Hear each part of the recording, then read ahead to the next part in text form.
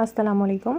आज हम chapter number 7 ancient religion of the sub continent का रिव्यू करेंगे एग्जाम पॉइंट ऑफ व्यू से। ठीक है, तो चलो स्टार्ट करते हैं। What is Hinduism? हिंदुइज़्म है क्या? हिंदुइज़्म एक एंशिएंट रिलीजन है इंडियन सब कॉन्टिनेंट का। यहाँ पर एक हिंदू टेम्पल आपको दिखाया जा रहा है तस्वीर में, पद्मनाभ स्वामी, जो कि साउथ इंडिया में मौजूद है। बहुत लंबा है और जब सूरज की रोशनी उस पर चमक पड़ती है तो वो बहुत गोल्ड की तरह चमकता है। ये दूसरे टेम्पल से डिफरेंट इसीलिए है क्योंकि इसकी हिफाजत की ज़िम्मेदारी वहाँ पर रहने वाले रॉयल फैमिली के लोगों ने की थी। क्योंकि उसके अंदर बहुत ज़्यादा ट्रेजर मौजूद था। यहाँ पे होलीएस्ट पार्ट जो बिल्डिंग है, इसके अंदर एक होलीएस्ट पार्ट है बिल्डिंग का, जिसको एंशिएंट वॉल कहा जाता है। वहाँ पर ये सारे ट्रेजर को जमा किया हुआ है जो लोग वहाँ पर अपने गॉड को दे कर गए थे।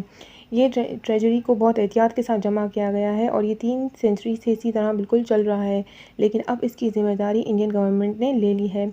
अगर एक मिनट के लिए हम सोचें कि क्यों इतना ट्रेजर जमा किया गया जो अनटच है और हमेशा के लिए इसे छुपा दिया गया, का रीज़न ये हो सकता है कि हिंदू ये मानते थे कि ये टेम्पल्स और इसमें मौजूद जितनी भी चीज़ें हैं वो मज़हबी हैं और वो सब गॉड के लिए हैं, और उन गॉड्स के लिए जो यहाँ रहते हैं जो भी गिफ्ट ऑफ़र करते थे रिच और पुअर, वो सब की सब प्रॉपर्टी किसकी है? गॉड की है। अब हम बात कर लेते हैं how did Hinduism develop. Hinduism किस तरह डेवलप हुआ? हिंदुइज़्म एक कॉम्प्लिकेटेड रिलीजन है और इसकी रूट्स मिलती हैं हमें इंडियन सब कॉन्टिनेंट से। ठीक है, अर्लीस्ट एविडेंस जो आर्कियोलॉजिस्ट को मिला है जब उन्होंने खुदाई करी इंडस वैली सिविलाइजेशन की, तो उन्हें ये पता चला कि वो लोग एंशिएंट पीपल क्या बिलीव करते थे।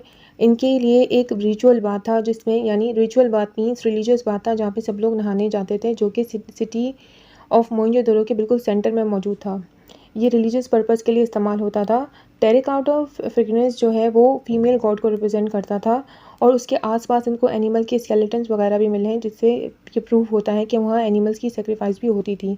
कुछ एक्सपर्ट्स ने जो है वो उन्हें एक सीटेड फिगर मिला है इंडस वैली सिविलाइजेशन से, जो कि बिल्कुल वैसा है जैसा हिंदू गॉडेस शिवा का पुतला था। यूनिट 5 में आपने लर्न किया होगा ऋग्वेद के बारे में, जिसमें अर्लीस्ट फॉर्म ऑफ इन्फॉर्मेशन मिल रही है आर्यंस के बारे में। शुरुआती इन्फॉर्मेशन हमें ऋग्वेद से मिलती है आर्यंस के बारे में। ऋग्वेद जो है वो पार्ट है वेदास का, जो रिटन रिकॉर्ड है एंशिएंट इंडिया का। ठीक है, इसमें एंशिएंट इंडिया के बारे में रिटन रिकॉर्ड्स मौजूद है। हिंदूज़ जो है बहुत ज़्यादा रिलीजियस वैल्यू देते थे वेदास को। जब हम आर्यन के वक्तों में जाते हैं तो ब्राह्मीण्स प्रजारियों ने प्रिजर्व करके रखी थी इन्फॉर्मेशन एंशिएंट इंडिया के बारे में रिटन फॉर्म में। ठीक है, इन्होंने कमेंट्रीज़ भी लिखी थी वेदास के बारे में, जो कि बाद में जाके क्या कहलाए, जिन लोगों ने कमेंट्रीज़ की थी वेदास के बारे में वो ब्राह्मण्स कहलाए। महाभारत और रामायण 2 एपिक पोएम्स थी, वो लिखी गई जब आर्यन सेटल हुए शुरुआत में इंडियन सब कॉन्टिनेंट के अंदर। ये पोएम से हमें पता चलता है आर्यंस लोगों के बिलीव्स के बारे में, कस्टम के बारे में और लाइफ स्टाइल के बारे में। जो लोग आर्यन गॉड्स पे बिलीव करते थे वो आर्यंस कहलाए और वो सेटल हो गए सब कॉन्टिनेंट के अंदर। हिंदुइज़्म और आर्यंस रिलीजन की कुछ बातें आपस में मैच कर गई, मिल गई, और इन दोनों की कुछ बातें कॉमन होने की वजह से वो रिलीजन कहलाया, वैदिक रिलीजन कहलाया।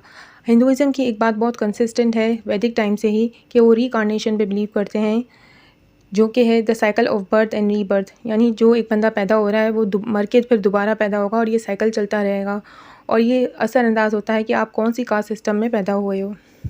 अब यहाँ पर सवाल ये उठाया गया है कि बिलीव इन रीकार्नेशन ने क्यों बहुत ज़्यादा पावर दे दी थी ब्राह्मण्स को। हिंदू टीचिंग की क्लेम करते थे कि सोल जो है वो इमॉर्टल है, ठीक है, और उसे आज़ादी है कि आप अच्छे काम करो।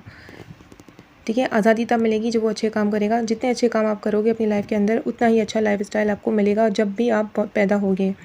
अगर बार बार आपको अच्छी लाइफ मिल रही है तो एक ऐसा टाइम आएगा जब आप जो है दोबारा रीबॉर्न नहीं होगे और आपकी यूनियन हो जाएगी। आप किससे मिलोगे?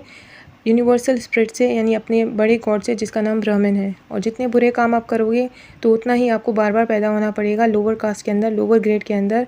आप एनिमल भी बन सकते हो और इंसेक्ट भी। वैदिक सोसाइटी 4 कास्ट सिस्टम पे बेस करती थी, जिसमें अनटचेबल थे वो जो सबसे लोअर कास्ट थे। ठीक है, वो अपनी पूरी ज़िंदगी उसमें से नहीं निकल सकते थे। जिस कास्ट में वो पैदा हुए हैं उन्हें उसी कास्ट में मरना होगा।